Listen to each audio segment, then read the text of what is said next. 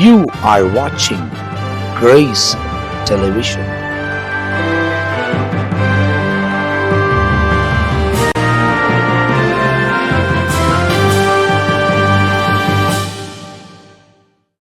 ஆண்டவரும் மர்ம இரட்சகரமாக இருக்கிற இயேசு கிறிஸ்துவின் நாமத்தில் உங்கள் யாவருக்கும் அன்பின் வாழ்த்துக்களும் ஸ்தோத்திரங்களை ஏறெடுக்கிறேன். கர்த்தர் நம்முடைய வாழ்க்கையில் நன்மையான காரியங்களை செய்கிற தேவன். அதனால் ஆண்டுடைய சமூகத்தில் தொடர்ந்து அவரை இந்த கடைசி நாட்களில் நெருங்கிருங்க. கர்த்தர் நமக்கு எல்லாவற்றிற்கும் பாதுகாப்பையும் தயவையும் இரக்கங்களையும் பாராட்டி நன்மையை கொடுக்கிற தேவனாக இருக்கிறார். கர்த்தர் இரக்கங்களுக்கு முடிவே கிடையாதுன்னு சொல்லி வேதத்தில் வாசிக்கிறோம். பாருங்கள், எனக்கு அருமையான தேவஜனமே, இந்த நாளில் கர்த்தருடைய வார்த்தை அநேகருடைய வாழ்க்கையில் பயங்கரமான கிரியை செய்கிறது. இந்த நிகழ்ச்சியை பார்க்குறவங்க எங்களிடத்தில் அநேகர் பகிர்ந்து கொள்கிறாங்க. எங்கே கடத்தெருவுலையோ ஒரு மருத்துவமனையிலையோ இல்லை ஒரு டிபார்ட்மெண்டல் ஸ்டோர்லேயோ எங்கே பார்த்தாலும் சில ஜனங்க ஆசீர்வதிக்கப்பட்டு அவங்க எங்களிடத்தில் தொடர்பு கொள்வது என்னென்னா, தினந்தோறும் இந்த இயேசுவோட பேசும் நிகழ்ச்சி எங்கள் வாழ்க்கைக்கு ரொம்ப ஆசீர்வாதமாக இருக்குது. இந்த நிகழ்ச்சியை பார்த்துட்டு இந்த வசனத்தை கவனிச்சுட்டு என்ன வார்த்தை வாக்குத்தத்தத்தை கர்த்தர் எங்களோடு கூட இடைப்படுறாரோ அப்படின்னு சொல்லி அதை பார்த்துட்டு தான் நாங்கள் மறு வேலைக்கு போகிறோம், மற்ற காரியங்களை செயல்படுறோம், வீட்டு வேலையை துவங்குறோம்னு சொல்லி அநேக ஸ்திரீமாருங்க சகோதரருங்க கூட அவங்க வேலைக்கு போய்கொண்டு இருக்கும்போது கூட இந்த பிரயாணப்படுகிற சமயத்தில் ஒரு ட்ரெயின்லையோ ஒரு பேருந்தில் போகும்போது அவங்க இந்த நிகழ்ச்சியை பார்த்துட்டு ஆசீர்வதிக்கப்படுறாங்க. அநேகர், நீங்கள் சொன்னால் ஆச்சரியப்படுவீங்க, அநேகர் வியாபாரம் பண்ணுறவங்க, பால் வியாபாரம் பண்ணுறவங்க, காய்கறி வியாபாரம் பண்ணுறவங்க, அவங்கெல்லாம் பார்த்துட்டு இல்லை சின்ன ஒரு மெடிக்கல் ஸ்டோரில் வேலை பண்ணுறவங்க கூட சொல்கிறாங்க, பாஸ்டர் ஐயா இன்றைக்கு இந்த ஊழியக்காரர் பேசுனது நல்லா இருந்துச்சு, நேற்று இன்னொரு ஊழியக்காரர் பேசினார், அது ரொம்ப ஆசீர்வாதமாக இருந்துச்சு அப்படின்னு சொல்லி ஒவ்வொரு நாளும் ஒவ்வொரு ஊழியக்காரங்களை ஆண்டவர் வித்தியாசப்படுத்தி இந்த நிகழ்வு ஏறக்குறைய ஒரு 10 நிமிஷம்தான் காலையில், ஆனாலும் அநேகருடைய வாழ்க்கைக்கு இது பெரிய ஒரு அஸ்திபாரமாக ஒரு ஆசீர்வாதமாக இருக்கிறது இந்த நிகழ்ச்சி. ஆகினால இந்த நிகழ்ச்சியை பார்க்குறவங்க மற்றவங்களுக்கு நீங்கள் ஷேர் பண்ணுங்க, மற்றவங்களுக்கு சொல்லுங்க. அநேகருக்கு மற்ற மாநிலங்களுக்கு, தமிழ்நாட்டுக்கு, கேரளா, இன்னும் ஆந்திர பிரதேசில் இருக்கிற தமிழ் பேசுகிறவங்க, தமிழ் பார்க்குறவங்களுக்கு அநேகருக்கு இது பிரயோஜனமாக இருக்குது. அதனால் இதை நீங்கள் இந்த நிகழ்ச்சியை அவங்களுக்கு மற்றவங்களுக்கு நீங்கள் பகிர்ந்து அனுப்புங்க. இந்த சேனலில் இன்னும் நீங்கள் சப்ஸ்கிரைப் பண்ணலைன்னா கிரேஸ் டெலிவிஷனில் நீங்கள் போய்ட்டு சப்ஸ்கிரைப் பண்ணிக்கொள்ளுங்க. கர்த்தர் உங்களை ஆசீர்வதிக்கிற தேவனாக இருக்கிறார். கர்த்தருடைய கரம் உங்களை பாதுகாக்கும். 2 பேதுருவின் புத்தகம் 3ஆம் அதிகாரம் 13வது வசனத்தில் ஒரு குறிப்பிட்ட காரியம் சொல்லப்படும். மறுபடியும் சொல்லுகிறேன். 2 பேதுரு புத்தகம் 3ஆம் அதிகாரம் 13வது வசனத்தில் ஒரு அழகான ஒரு வாக்குத்தத்தத்தை கர்த்தர் கொடுக்கிறார். ஏராளமான வாக்குத்தத்தை நம்ம பெற்றிருப்போம். பாருங்கள், இந்த புதிய வருஷத்தில் ஒரு வாக்குத்தத்தம் நமக்கு உண்டாயிருக்கும். அது இந்த வருஷத்திற்குரிய வாக்குத்தத்தம்.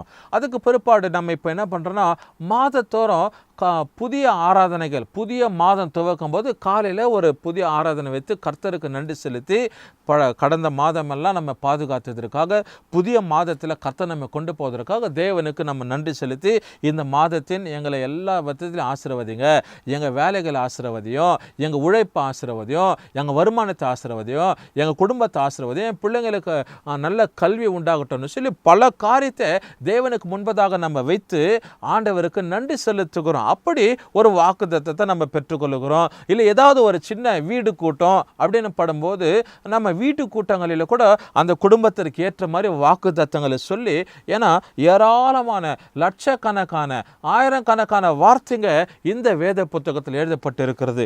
இந்த வேதத்தை நம்பி இருக்கிறவங்க வாழ்க்கையில் எந்த தோல்வி கிடையாது. இந்த வேதத்தை நம்பி இருக்கிறவங்க வாழ்க்கையில் எந்த அவவிசுவாசம் வராது. இந்த வேதத்தை நம்பி இருக்கிறவங்க வாழ்க்கையில் வியாதி என்ற காரியங்களுக்கு இடம் இருக்குது. அப்படி வியாதிப்பட்டு இருந்தால் கூட ஆண்டவர் சமூகத்தை நீ ஜபிக்கும் போது ஆண்டவராகிய இயேசு உன் வியாதியை சுகப்படுத்திடுவார். பல உதாரணங்கள், பல ஆசீர்வாதமான யாரெல்லாம் நன்மை பெற்றாங்களோ அந்த காரியங்கள் இந்த வேத புத்தகத்தில் எழுதப்பட்டு இருக்கிறது. ஆகினால் அந்த வசனத்தில் நாம் அநேக வாக்குத்தத்தங்களை பார்த்துருப்போம். இந்த காலை நேரத்தில் ஆண்டவர் நமக்கு இந்த பேதுருவின் புத்தகத்தில் வச்சிருக்கிற ஒரு சின்ன வாக்குத்தத்த வார்த்தையை பார்த்து நான் ஜெபிக்க யோசிக்கிறேன். பாருங்க, ஆண்டவருடைய வசனத்தில் வாசிக்கிறார், அவருடைய வாக்குத்தத்தத்தின்படியே நீதி வாசமாயிருக்கும். அவருடைய வாக்குத்தத்தத்தின்படி. அப்போ தேவனுக்கென்று ஒரு வாக்குத்தத்தம் இருக்கிறது. தேவன் ஒரு வாக்குத்தத்தத்தை நமக்கு வைத்திருக்கிறார். எப்படின்னா, ஆண்டவர் பயப்படாதே, நான் உன்னோடு கூட இருக்கிறேன், திகையாதே, நான் உன் தேவன், உன்னை நீதியின் வலது கரத்தினால தாங்குவேன், உன்னை நான் தப்புவிப்பேன் அப்படின்னு சொல்லி வாக்கு தத்தத்தை நாம் ஏசாயா தீர்க்கதரிசன புத்தகத்தில் வாசிக்கிறோம். இன்னும் பல வாக்கு தத்தம் ஆசீர்வாதமான இப்போது இருக்கிறத பார்க்கலாம். நீ 1000 மடங்கு ஆசீர்வாதமாக இருப்பாய். அதெல்லாம் ஆண்டவர் நமக்கு வச்சிருக்கிற வேத புத்தகத்தின் வாக்கு தத்தங்கள். இந்த வாக்குகளை நாம் வாசித்து அதை ஏற்றுக்கொள்ளும் போது நம்முடைய வாழ்க்கைக்கு ஒரு நிம்மதியான ஒரு காரியம். அப்பா, இந்த வார்த்தை எனக்கு ரொம்ப பிரயோஜனமாக இருக்குது, இதில் எனக்கு கர்த்தரின் ஆசீர்வதிப்பார். அப்படித்தான் இங்கே பாருங்கள், அவருடைய வாக்குத்தத்தத்தின்படி நீதி வாசமாக இருக்கும், புதிய வானங்களும் புதிய பூமியும் உண்டாகும் என்று காத்திருக்கிறோம். இப்போ தேவனுடைய வாக்குத்தத்தம் என்னன்னா, உன் வாழ்க்கையில் ஆண்டவர் புதிய வானத்தையும் புதிய பூமியை உண்டாக்குறார். எப்படிப்பா?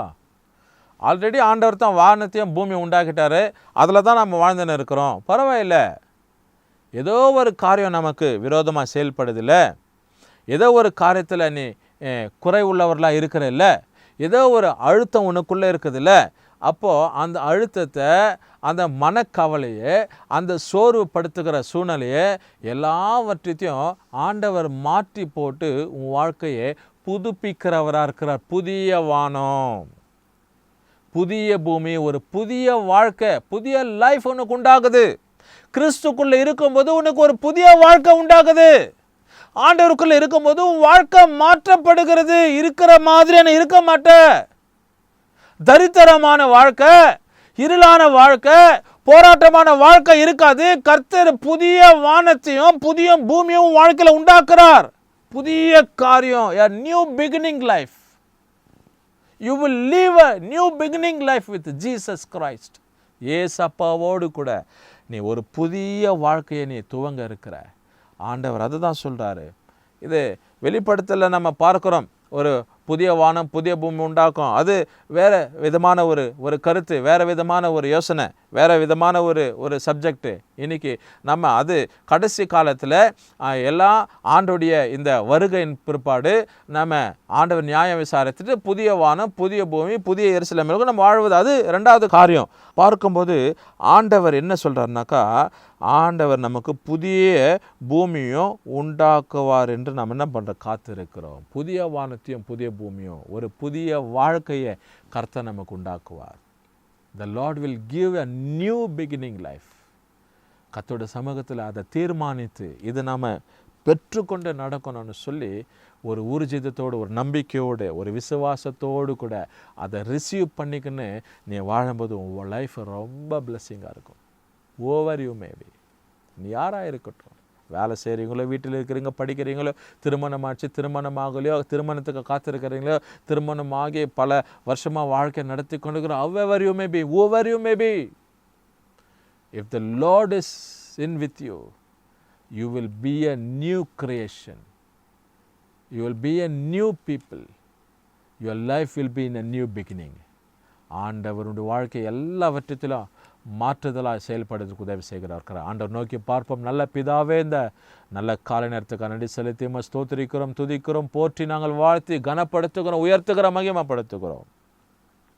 ஒவ்வொரு நாளும் வாக்கு தத்தங்களை கொடுத்து நீ நடத்துகிற தேவன், இன்றைக்கு இந்த பிள்ளைங்களுக்கு ஆண்டவரே புதிய ஒரு வாழ்க்கையாக, ஆண்டவரே புதிய வானத்தையும் புதிய பூமியை உண்டாக்குவேன், அதுக்காக காத்திருக்கிறோம்னு சொல்லி இந்த வசனத்தில் வாசித்து இருக்கிறோம்ப்பா. தொடர்ந்து நம்முடைய பிள்ளைகளை நீர் ஆசீர்வதிங்க, வழி நடத்துங்க. ஆண்டவர் இயேசு நாமத்தில் ஜெபிக்கிறோம் நல்ல பிதாவே, ஆமென். கர்த்தர் நம்மை ஆசீர்வதிப்பார்.